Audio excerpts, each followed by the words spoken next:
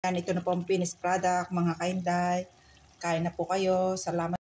Yan, magandang araw po sa inyong lahat. Mga kainday, maglalagay dito ako ng olive oil. Ito yung ating menu ngayon. Lalagay ko na rin sibuyas na isang palaton kasi sayang naman yung sibuyas.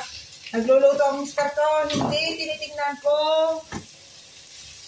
Malapit nang mabulok, malambot na. Ay di nga, nag-check ng rep. Ay sayang naman to, kaysa mabulok. Ay di, lutuin natin. Ang niluluto po natin yung ating sibuyas. Maglalagay ako din ng kaunting toyo. Kaunti lang. Kaunting ketchup. Ay, ayaw. Ay, ayaw. Isang kutsarita ang inabot. Aceto balsamico. Nasaan ba yun? Ayan, aceto balsamico. Kung wala, okay lang. Aceto normal. Maglagay ng kaunting asukal. Pag walang aceto balsamico, haluin natin. Pati rin na rin ating sibuyas. Ngayon, wala po akong harina. At naghirap ang inday. Maglagay. Isasabay ko na po ring manok. Ari po ay pwede di polo. Ginupit-gupit ko lang. Ay, ginet siya ng medyo malapad. Wala po ako nilagay din kahit ano. Halu-haluin natin. Kasi ito namang manok ay yan ay nagtutubig. Kaya isinabay ko na. At para yung ating sibuyas din ay hindi mangamoy sa loob ng bahay. Kasi talaga namang pagkabango nito ay napagkasarap.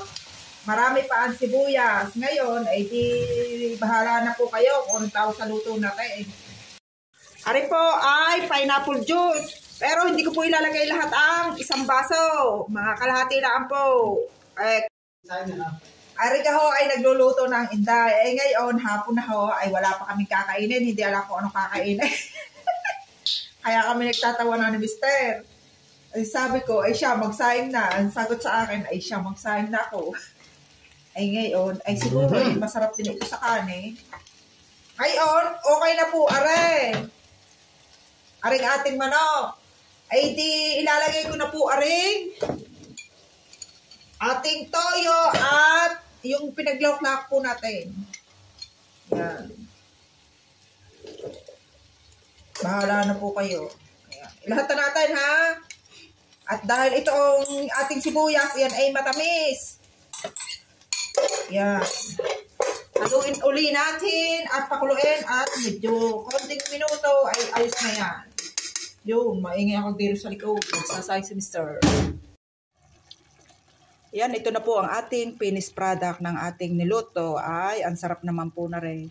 Kain na rin po kayo. Kung po kayo ng pagkain ninyo, tayo kumain na rin po.